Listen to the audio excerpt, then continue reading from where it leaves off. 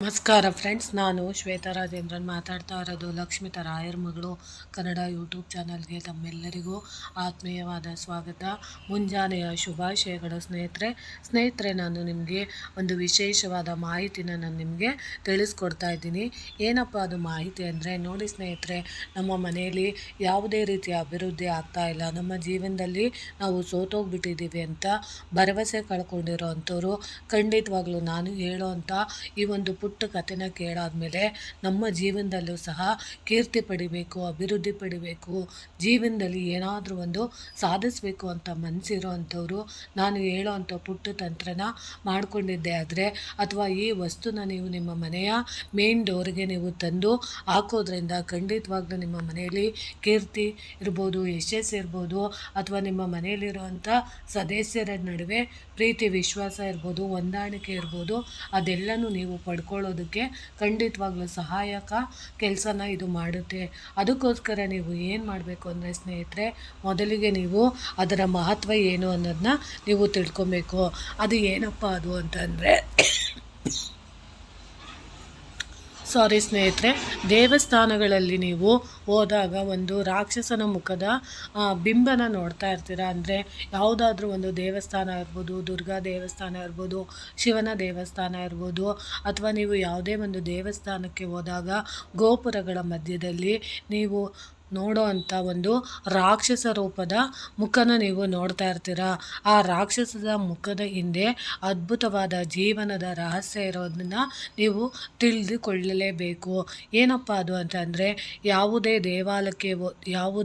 ದೇಗುಲಕ್ಕೆ ಹೋದಾಗ ಹೋಗಿ ಗರ್ಭಗುಡಿಯಲ್ಲಿ ದೇವರ ಹಿಂಬದಿಯ ಪ್ರಭಾವಳಿಯಲ್ಲಿ ವಿಚಿತ್ರವಾದ ರಾಕ್ಷಸ ಮುಖವೊಂದನ್ನು ನಾವು ಕಾಣಬಹುದು. ಆ ಕಾಣುವಂಥ ಮುಖ ಕೋರೆ ಹಲ್ಲುಗಳಿಂದ ಮತ್ತು ದಾಡೆ ಹಾಗೂ ನಾಲಿಗೆಯನ್ನು ಚಾಚಿದ ಈ ಭಯಂಕರ ದೈತ್ಯ ಮುಖ ಅದು ಗರ್ಭಗುಡಿಗಳಲ್ಲಿ ಮಾತ್ರವಲ್ಲ, ಕೆಲವು ಪ್ರಾಚೀನ ದೇವಾಲಯಗಳ ವಾಸ್ತು ಹಾಗೂ ಶಿಲ್ಪಶಾಸ್ತ್ರದ ಭಾಗವಾಗಿ ಗೋಪುರಗಳಲ್ಲಿ ಈ ರಾಕ್ಷಸನ ಮುಖವನ್ನು ಅಲಂಕಾರಿಕ ವಸ್ತುವಾಗಿ ಬಳಸಿರುವುದನ್ನು ನೋಡಬಹುದು. ಈ ರಾಕ್ಷಸ ಮುಖವನ್ನು ನಮ್ಮ ಸಂಸ್ಕೃತಿಯಲ್ಲಿ ಕೀರ್ತಿ ಮುಖ ಎಂಬ ಅದ್ಭುತ ಹೆಸರಿನಿಂದ ಕರೆಯಲಾಗಿದೆ. ಹಾಗೆ ನೋಡಿದರೆ ಭಾರತೀಯರ ದೇಗುಲಗಳಿಗೆ ಈ ಕೀರ್ತಿಮುಖ ಹೊಸದೇನೂ ಅಲ್ಲ. ಇಂಥದ್ದೊಂದು ವಿಚಿತ್ರ ಮುಖದ ಹಿಂದೆ ಬಹುದೊಡ್ಡ ಪರಂಪರೆ ಇದೆ. ಎಲ್ಲಕ್ಕಿಂತ ಹೆಚ್ಚಾಗಿ ಅದ್ಭುತ ಜೀವನ ಪಾಠವಿದೆ. ರಾಕ್ಷಸನೊಬ್ಬ ಮುಖ ದೇಗುಲಗಳ ಗೋಡೆ ಹಾಗೂ ಗರ್ಭಗುಡಿಯ ಪ್ರಭಾವಳಿಯಲ್ಲಿ ಸ್ಥಾನ ಪಡೆದಿದ್ದರ ಹಿಂದೆ ಒಂದು ಕುತೂಹಲಕಾರಿ ಕಥೆಯೂ ಇದೆ. ನಾವೆಲ್ಲ ಶಿವಪುರಾಣದಲ್ಲಿ ಬರುವ ಅಸುರರ ರಾಜ ಜಲಾಂಧರನ ಬಗ್ಗೆ ಓದಿರಬಹುದು.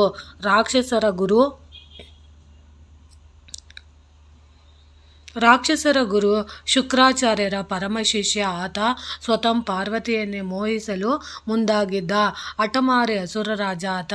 ಅದೊಂದು ದಿನ ಈ ಅಸುರ ರಾಜ ಶಿವನ ತಲೆಯ ಮೇಲೆ ಸದಾ ತಂಪು ಸೂಸುವ ಚಂದ್ರನ ಮೇಲೆ ಕಣ್ಣು ಹಾಕುತ್ತಾನೆ. ಪರಮಶಿವನ ಆಭರಣವೇ ಆಗಿರುವ ಆ ಚಂದ್ರನನ್ನು ಕಿತ್ತು ತರುವಂತೆ ತನ್ನ ಪರಮ ಸ್ನೇಹಿತನಾಗಿದ್ದ ರಾಹುವಿಗೆ ಆದೇಶಿಸುತ್ತಾನೆ. ಜಲಂಧರನ ಆಜ್ಞೆಯಂತೆಯೇ ಚಂದ್ರನನ್ನು ತರಲು ಕೈಲಾಸಕ್ಕೆ ಹೊರಟ ರಾಹು ಅದೇ ಚಂದ್ರನ ಬೆಳಕಿನಲ್ಲಿ ಧ್ಯಾನಸ್ಥನಾಗಿದ್ದ ಪರಶಿವನನ್ನು ನೋಡುತ್ತಾನೆ.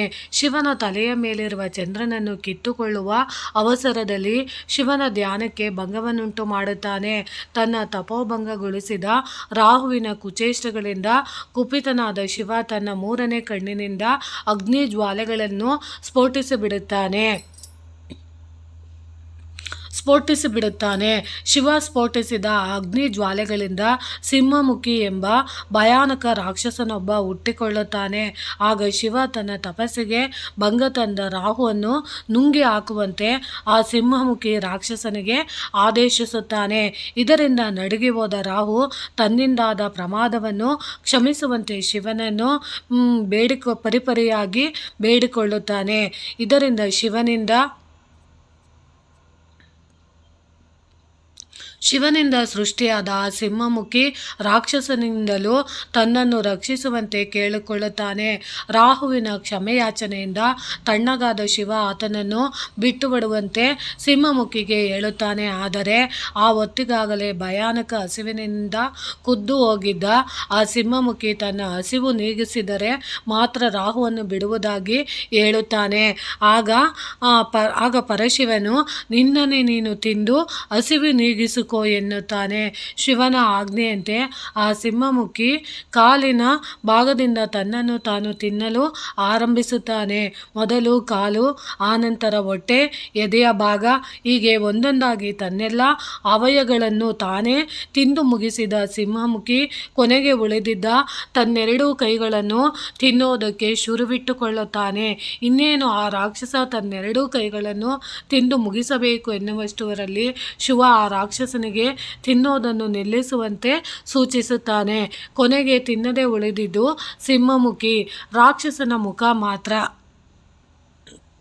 ಆ ಸಿಂಹಮುಖಿ ತಿನ್ನದೆ ಉಳಿಸಿದ ಆತನದೇ ಮುಖಕ್ಕೆ ಪರಶಿವ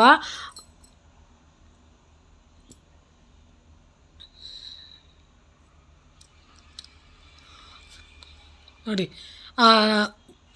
ತನ್ನದೇ ಮುಖಕ್ಕೆ ಧರಿಸಿದ ಪರಶಿವ ಕೀರ್ತಿಮುಖ ಅನ್ನೋ ಬಿರುದನ್ನು ನೀಡುತ್ತಾನೆ. ತನ್ನನ್ನು ತಾನು ಇಲ್ಲವಾಗಿಸಿಕೊಂಡ ಈ ರಕ್ಕಸನ ಮುಖ ದೇಗುಲಗಳಲ್ಲಿ ಕೀರ್ತಿಮುಖವಾಗಿ ವಿರಾಜಿಸಲಿ ಎಂದು ಆಶೀರ್ವಾದ ಮಾಡಿದನಂತೆ ಪರಶಿವ. ಇದು ಶಿವಪುರಾಣದಲ್ಲಿ ವರ್ಣಿಸಲ್ಪಟ್ಟಿರುವ ಕೀರ್ತಿಮುಖದ ಕಥೆ. ಗರ್ಭಗುಡಿಯ ಪ್ರಭಾವಳಿಯಲ್ಲಿ ರಾಕ್ಷಸ ಮುಖವನ್ನು ಕೇವಲ ಅಲಂಕಾರಕ್ಕಾಗಿ ಮಾಡಿದ್ದಲ್ಲ. ಈ ಕೀರ್ತಿಮುಖದ ಮೂಲಕ ನಮ್ಮ ಹಿರಿಯರು ಅದ್ಭುತ ಜೀವನ ಪಾಠವನ್ನು ಹೇಳೋದಕ್ಕೆ ಯತ್ನಿಸಿದ್ದಾರೆ. ಮನುಷ್ಯನ ಅತ್ಯುನ್ನತಿಯಾಗಬೇಕಾದರೆ ತನ್ನೊಳಗಿರುವ ಅಹಂ ಇಲ್ಲವಾಗಿಸಿಕೊಳ್ಳಬೇಕು.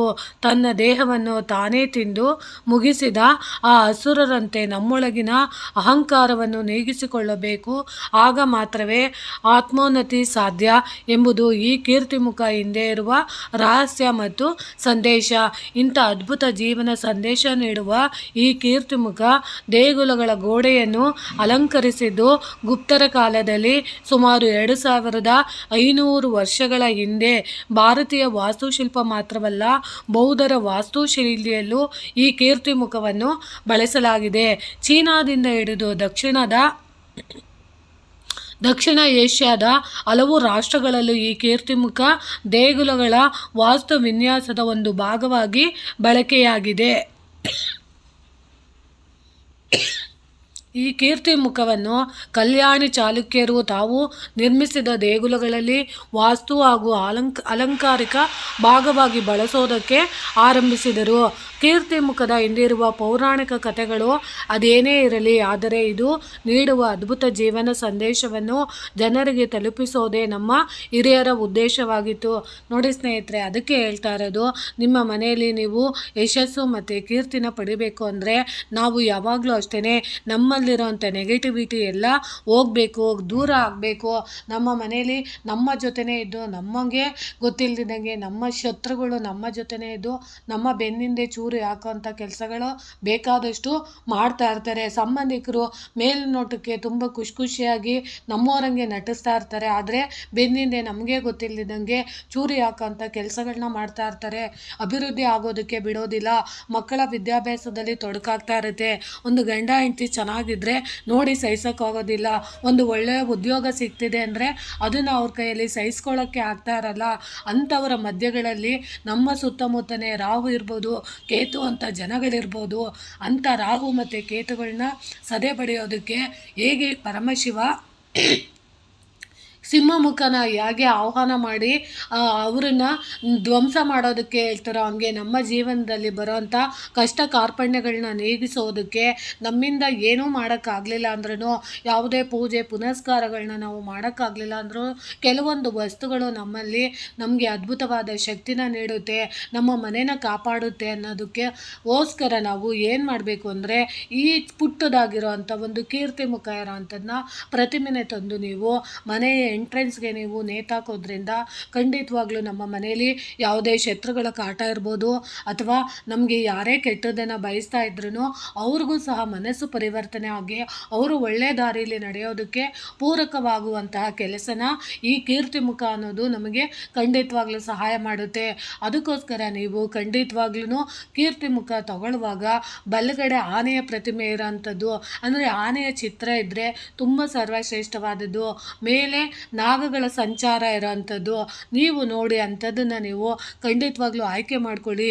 ಕೀರ್ತಿ ಮುಖ ಅನ್ನೋದು ಒಂದು 100-200 ರೂಪಾಯಿ ಕೊಟ್ಟರೆ ಎಲ್ಲ ಸಿಗುತ್ತೆ. ಅಂಥದ್ದನ್ನು ನೀವು ಅದರಲ್ಲೂ ನೀವು ತಾಮ್ರ ಅಥವಾ ಹಿತ್ತಾಳೆಯಲ್ಲಿರೋ ಅಂಥದ್ದನ್ನು ಅಥವಾ ಕಂಚಲ್ಲಿ ಮಾಡಿರೋಂಥ ಪ್ರತಿಮೆನ ನೀವು ತೊಗೊಂಬಂದು ಮನೆಯ ಎಂಟ್ರೆನ್ಸಲ್ಲಿ ಬಾಗಿಲು ಮೇಲೆ ಹಾಕೋದ್ರಿಂದ ಖಂಡಿತವಾಗ್ಲೂ ನಮ್ಮ ಮನೆಗೆ ಅಭಿವೃದ್ಧಿ ಕಾರ್ಯಗಳು ಆಗೋದಕ್ಕೆ ತುಂಬಾ ಸಹಾಯ ಮಾಡುತ್ತೆ. ಅದರಲ್ಲೂ ಮುಖ್ಯವಾಗಿ ಮಕ್ಕಳ ಮೇಲೆ ತುಂಬಾ ಪರಿಣಾಮ ಬೀಳುತ್ತೆ. ಮಕ್ಕಳು ಆಟ ಆಡ್ತಾ ಇರ್ತಾರೆ, ಆಚೆ ಹೋಗ್ತಾ ಇರ್ತಾರೆ, ಯಾವಾಗ ಏನು ಮಾಡ್ಕೊತಾರೆ ಅನ್ನೋದು ಗೊತ್ತಿಲ್ಲ, ಓದ್ತಾರೋ ಇಲ್ವೋ ಅದು ನಮಗೆ ಗೊತ್ತಿರೋದಿಲ್ಲ. ಮಕ್ಕಳ ಮನಸ್ಥಿತಿ ಮತ್ತು ಜ್ಞಾನ ಅಭಿವೃದ್ಧಿ ಆಗೋದಕ್ಕೆ ಇದು ಖಂಡಿತವಾಗ್ಲೂ ಸಹಾಯ ಮಾಡುತ್ತೆ. ಅದಕ್ಕೋಸ್ಕರ ನೀವು ಇದನ್ನು ತೊಗೊಂಬಂದು ಮನೆಯ ಎಂಟ್ರೆನ್ಸ್ ಹತ್ರ ಹಾಕ್ಕೊಳ್ಳಿ. ಅದರಲ್ಲೂ ಮುಖ್ಯವಾಗಿ ನೀವು ಯಾವುದೇ ಒಂದು ಕೆಲಸನ ಮಾಡಬೇಕು ಅಂದರೆ ಸಾರಿ ಸ್ನೇಹಿತರೆ, ಒಂದು ನಂಬಿಕೆಯಿಂದ ಮಾಡಿಕೊಂಡಾಗ ಮಾತ್ರ ನಮಗೆ ಅದು ಎಷ್ಟು ರೀತಿ ನಮಗೆ ಕೆಲಸನ ಮಾಡುತ್ತೆ ಅನ್ನೋದು ನಮಗೆ ಗೊತ್ತಾಗುತ್ತೆ. ಅದಕ್ಕೋಸ್ಕರ ನೀವು ಖಂಡಿತವಾಗ್ಲೂ ಒಂದು ನಂಬಿಕೆಯಿಂದ ತಂದು ಒಂದು ಪುಟ್ಟದಾಗಿರೋದನ್ನ ನೀವು ಹಾಕ್ಕೊಂಡಾಗ ಖಂಡಿತವಾಗ್ಲೂ ಒಳ್ಳೆಯದಾಗುತ್ತೆ ಅಂತ ತಿಳಿಸೋಕ್ಕೆ ಇಷ್ಟಪಡ್ತೀನಿ. ಯಾವುದೇ ಒಂದು ವಿಚಾರನ ನಾವು ಪರಿಪೂರ್ಣವಾಗಿ ತಿಳ್ಕೊಂಡು ಅವಲೋಕಿಸಿ ಅದರಂತೆ ನಾವು ಒಂದು ಪ್ರಯತ್ನ ಪಟ್ಟಾಗ ನಮಗೆ 100ಕ್ಕೆ 100% ಒಳ್ಳೆಯದಾಗುತ್ತೋ ಇಲ್ವೋ ನನಗದು ಗೊತ್ತಿಲ್ಲ.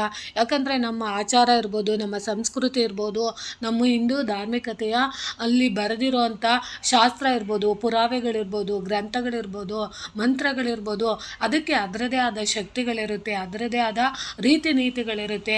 ಆ ರೀತಿ ನೀತಿಗಳಲ್ಲಿ ನಾವು ಕೆಲವೊಂದು ಗೊತ್ತಿರೋ ಅಂಥದ್ದನ್ನು ನಾವು ನಮ್ಮ ಜೀವನದಲ್ಲಿ ನಾವು ಅಳವಡಿಸ್ಕೊಂಡಾಗ ಮಾತ್ರ ಖಂಡಿತವಾಗ್ಲೂ ನಮ್ಮ ಜೀವನನೂ 100ಕ್ಕೆ 100ರಷ್ಟು ನಾವು ಶ್ರೀಮಂತರಾಗಿ ಬಾಳೋಕ್ಕಾಗಲಿಲ್ಲ ಅಂದರೂ ಪರವಾಗಿಲ್ಲ, ಒಂದು ನೆಮ್ಮದಿಯ ಜೀವನಕ್ಕೆ ಏನು ಬೇಕೋ ಅದನ್ನು ನಾವು ಚಿಕ್ಕ ಪುಟ್ಟ ವಸ್ತುಗಳಿಂದ ನಾವು ಕೂಡ ನಮ್ಮ ಮನೆಯನ್ನು ನಾವು ಶುದ್ಧೀಕರಿಸೋದಿರ್ಬೋದು, ಅಥವಾ ನಮ್ಮ ಮನೆಗೆ ಯಾವುದೇ ರೀತಿಯ ಮಾಟ ಮಂತ್ರಗಳಿರ್ಬೋದು, ಶತ್ರುಬಾಧೆಗಳಿರ್ಬೋದು, ಅದೆಲ್ಲನೂ ನಿವಾರಣೆ ಮಾಡ್ಕೊಳ್ಳೋಕ್ಕೆ ಪುಟ್ಟ ಪುಟ್ಟ ವಸ್ತುಗಳಿಂದಲೂ ನಾವು ನಮ್ಮ ಮನೆಗೆ ನಾವು ಒಂದು ಸಿದ್ಧತೆನ ಅಥವಾ ಒಂದು ಯಾವುದೇ ಅಂದರೆ ಶತ್ರುಗಳಿಂದ ನಮಗೆ ಯಾವುದೇ ರೀತಿ ತೊಂದರೆ ಆಗದಿರೋ ರೀತಿ ನಮ್ಮನ್ನು ನಾವು ಕಾಪಾಡ್ಕೊಳ್ಳೋಕ್ಕೆ ಒಂದು ದಾರಿನ ನಾವು ಮಾಡ್ಕೊಳ್ಬೋದು ಅಂತ ನಾನು ತಿಳಿಸ್ಕೊಡ್ತಿದ್ದೀನಿ ಸ್ನೇಹಿತರೆ.